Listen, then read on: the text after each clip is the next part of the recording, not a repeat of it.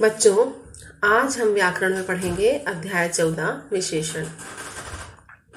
Mummy, नीलू तुम बहुत कमजोर लग रही हो। दादी, बेटा ताजे फल और हरी सब्जियां खाया करो। नीलू, जी दादी, मेरी यह नई लाल फ्रॉक देखो। दादी, हाँ हाँ नीलू, तुम्हारी फ्रॉक तो बहुत सुंदर है। आपने उदाहरण देखे, इन उदाहरण में कमजोर कि नीलू आज तुम बहुत कमजोर लग रही हो, तो कमजोर। बेटा ताजे फल, तो फल कैसे? ताजे। मेरी यह नई फ्रॉक देखो, दादी को दिखा रही है नीलू कि मेरी यह नई लाल फ्रॉक। तो फ्रॉक की विशेषता क्या है कि वो कैसी है? नई है और लाल है। और दादी कह रही है हाँ ये फ्रॉक तो बहुत सुंदर है, जो कि उसकी विशेषता। तो मम्मी ने कहा नीलू को कि नीलू कमजोर लग रही हो, तो कमजोर जो है वो विशेषता है, ठीक है ना। तो मोटा, पतला, कमजोर, दुबला, लंबा, तो ये सब विशेषता है। तो इसमें कमजोर। फल कैसे हैं? ताजे। दादी क्या कह रही है कि बेटा ताजे फल और हरी सब्जियां खाया करो। तो फल कैसे होने चाहिए? ताजे। फल कैसे खाया करो? ताजे। तो ये ताजे विशेषता है। फिर नीलू बोल रही है कि दादी मेरी नई लाल फ्रॉक देखो। तो फ्रॉक कैसी है? लाल, नई है और लाल है, उसकी विशेषता है। और दादी कह रही है कि हाँ भाई फ्रॉक तो तुम्हारी बहुत सुंदर है। तो बहुत सुंदर जो है वो विशेषता। कहने का अर्थ ये है, अब आपको कुछ कुछ क्लियर हो रहा होगा कि हम विशेषण पढ़ रहे हैं और ये कमजोर, ताजे, नई, लाल और बहुत सुंदर जो है ये विशेषण शब्द हैं। तो साधारण शब्दों में हम ये कह सकते हैं कि संज्ञा या सर्वनाम की विशेषता बताने वाले शब्दों को विशेषण कहते हैं, ठीक है। और जिस संज्ञा या सर्वनाम की विशेषता बताते हैं, है ना, जो विशेषण शब्द जिस संज्ञा या सर्वनाम की विशेषता बताते हैं उसे हम विशेष्य कहते हैं। जैसे उदाहरण, रोहन ने काला शर्ट पहना है, तो काला तो विशेषण होगा और शर्ट जो है वो विशेष्य, क्योंकि विशेषता किसकी बताई जा रही है? शर्ट की। तो शर्ट जो है वो विशेष्य है और काला जो है वो विशेषण है। तो आपको क्लियर हो गया होगा कि विशेषण किसे कहते हैं। तो संज्ञा या सर्वनाम की विशेषता बताने वाले शब्द विशेषण कहलाते हैं। और विशेष्य क्या है? जिस संज्ञा या सर्वनाम की विशेषता बताई जा रही है वो विशेष्य कहलाते हैं। तो आपको ये दो परिभाषाएं याद करनी होंगी। अब आगे हम देखेंगे कि विशेषण के भेद। तो विशेषण के 4 भेद हैं: गुणवाचक विशेषण, संख्यावाचक विशेषण, परिमाणवाचक विशेषण और चौथा सार्वनामिक विशेषण। अब हम इनकी परिभाषा एक बार इनको समझ लेते हैं हम अच्छी तरह से कि गुणवाचक विशेषण क्या है। वह शब्द जो संज्ञा व सर्वनाम शब्दों के गुण, दोष, स्वाद, आकार, रंग, अवस्था आदि की विशेषता प्रकट करते हैं वो गुणवाचक विशेषण कहलाते हैं। जैसे नम्रता भली औरत है, तो नम्रता संज्ञा है और औरत भी संज्ञा है। तो यहाँ पर विशेषता बताई जा रही है नम्रता की भी कि कैसी औरत है वो? भली, ठीक है, वो उसका गुण है। उसी प्रकार हरे रंग का तोता मीठा आम खा रहा है, तो तोता कैसे रंग का है? हरे रंग का। और आम कैसा खा रहा है वो? मीठा खा रहा है, ठीक है ना। तो यहाँ हरा और जो है मीठा वो गुणवाचक विशेषण हो गया, ठीक है ना, क्योंकि तोते का रंग कैसा है? हरा, ये विशेषता बताई गई, उसका गुण बताया गया है। और आम कैसा है? तोता है हरे रंग का और आम कैसा है? मीठा। तो ये दोनों मीठा और हरा जो है वो विशेषता है, इसलिए विशेषण शब्द हुए। और ये गुण बता रहे हैं इसलिए गुणवाचक विशेषण है, क्योंकि गुणवाचक विशेषण जो होता है उसे किसे कहते हैं कि वह शब्द जो संज्ञा और सर्वनाम के गुण, दोष, स्वाद, आकार, रंग और अवस्था आदि की विशेषता को प्रकट करता है। अब दूसरा संख्यावाचक विशेषण, जो नाम से ही प्रतीत हो रहा है कि जो शब्द संज्ञा या सर्वनाम की संख्या का ज्ञान कराते हैं, ठीक है ना। संज्ञा और सर्वनाम की क्या बताते हैं? संख्या बताते हैं, उसका ज्ञान कराते हैं, ये संख्यावाचक विशेषण कहलाते हैं।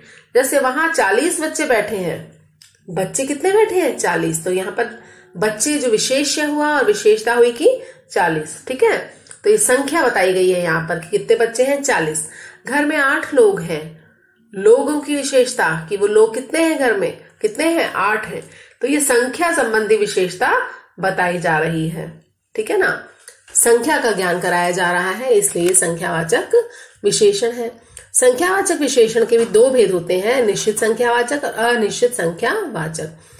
तो जब कोई विशेषण किसी संज्ञा के निश्चित संख्या का बोध कराता है तो वो निश्चित संख्यावाचक विशेषण कहलाता है। जैसे 2 किलो, 50 घर है ना, 2 किलो, ठीक है, और 50 घर। तो यहाँ संख्या बताई जा रही है ना, निश्चित संख्या की 2 किलो और 50 घर। तो यहाँ पर निश्चित संख्या, इसलिए निश्चित संख्यावाचक विशेषण होगा। अब अनिश्चित संख्यावाचक में क्या होगा? जब कोई विशेषण किसी संज्ञा की अनिश्चित संख्या का बोध कराता है तो वह निश्चित संख्यावाचक विशेषण होता है।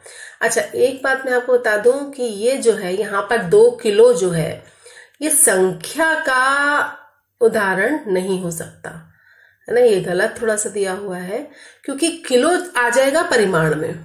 किलो किस में आएगा? परिमाण में, ठीक है ना, कि 2 किलो शक्कर, 2 किलो घी। तो जहां पर नापतोल होता है वहां पर परिमाण होता है, ये संख्यावाचक। तो यहाँ पर संख्यावाचक का उदाहरण इसलिए दे दिया होगा क्योंकि यहाँ 2, ठीक है ना, संख्या दी हुई है 2, इसलिए 2 किलो। लेकिन 2 किलो जो किलो परिमाण में आएगा, है ना, क्योंकि जहां नापतोल होता है वहां पर परिमाण होता है। तो ये उदाहरण में थोड़ा सा अनिश्चितता की स्थिति है ना, तो इसको आप थोड़ा सा ध्यान रखें।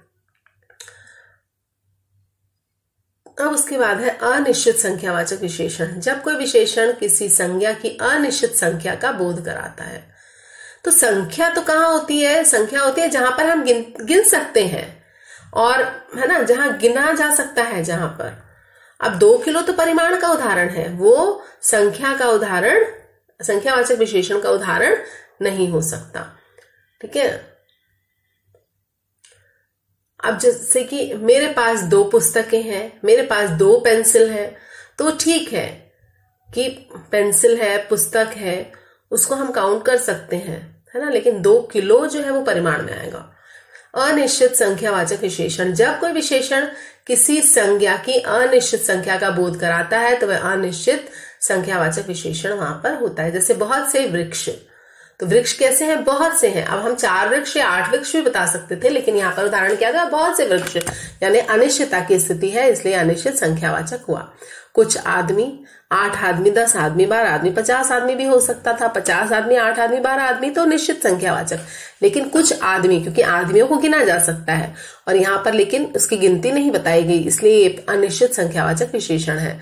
अधिक रुपए भी गिने जा सकते हैं, काउंटेबल होते हैं, लेकिन यहाँ पर इसको काउंट नहीं किया गया है, इसलिए ये जो है आपका अनिश्चित संख्यावाचक विशेषण यहाँ पर हो गया, ठीक है। अब इसके बाद जो है वो है परिमाणवाचक। परिमाणवाचक, परिमाण का अर्थ होता है माप और तौल। वह विशेषण शब्द जो संज्ञा या सर्वनाम के शब्दों की माप तौल संबंधी विशेषता को बताता है, ठीक है, का ज्ञान कराता है, वो परिमाणवाचक विशेषण कहलाते हैं।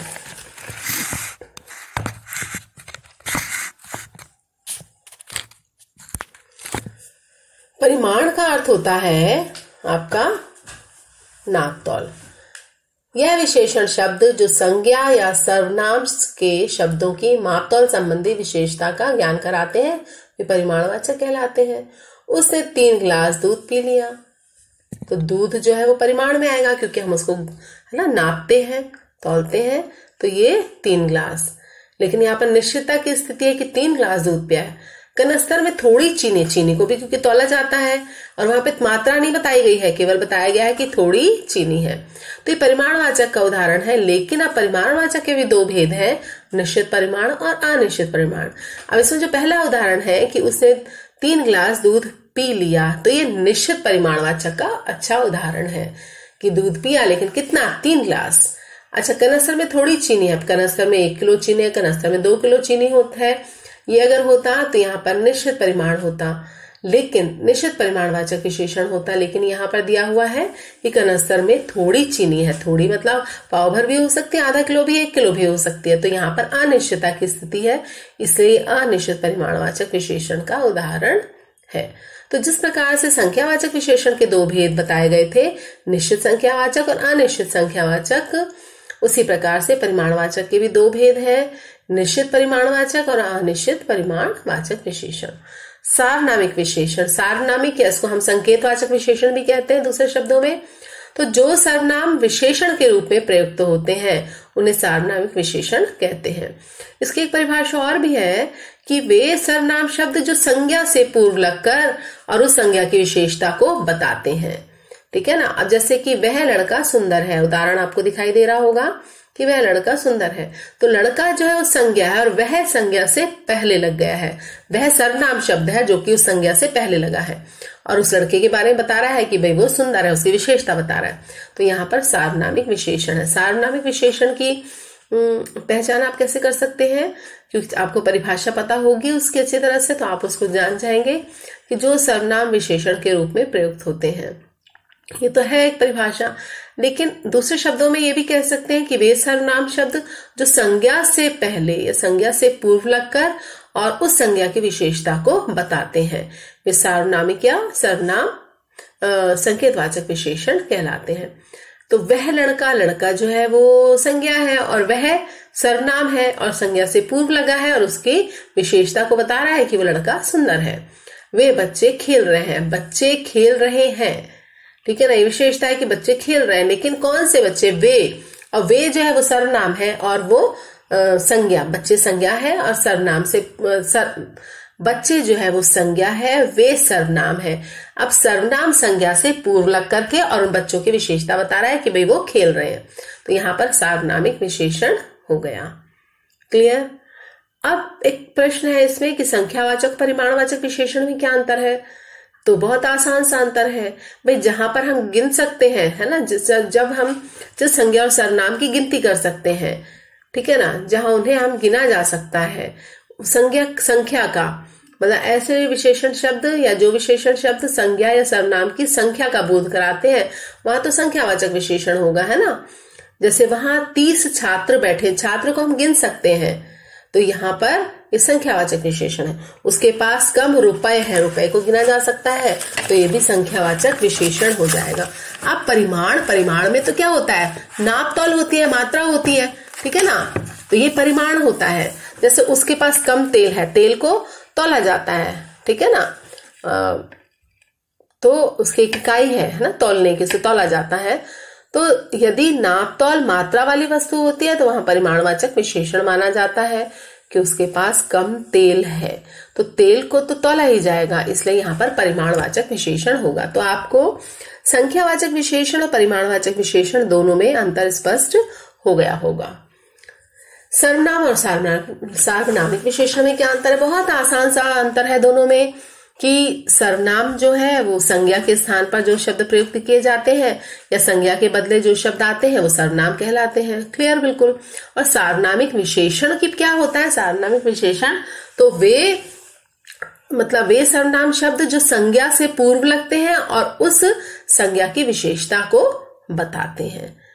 ठीक है, जैसे इस लड़के ने यह कार्य नहीं किया, तो इस जो है वो सर्वनाम शब्द है और लड़का संज्ञा है, तो संज्ञा से पूर्व यहाँ पर क्या आ गया, सर्वनाम आ गया। ठीक है ना। तो सार्वनामिक विशेषण क्या होता है कि जो सर्वनाम विशेषण के रूप में प्रयुक्त हो जाते हैं, ठीक है, वो सार्वनामिक विशेषण कहलाते हैं। तो मैंने अभी आपको विशेषण किसे कहते हैं, विशेषण की परिभाषा, विशेष्य क्या है ये समझाया, आपको इसके भेद बताए, भेदों के बारे में समझाया। तो आपके लिए इतना ही काफी है विशेषण के बारे में जानना।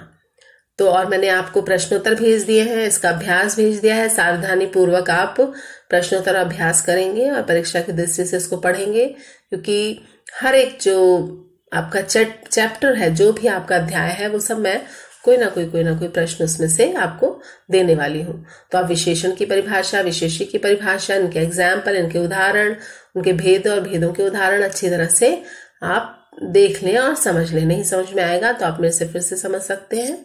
चलिए अब आगे हम अगला अध्याय देखेंगे। मैंने प्रश्नोत्तर भेज दिए हैं, आप उसमें से ऐप में से आप देख लें।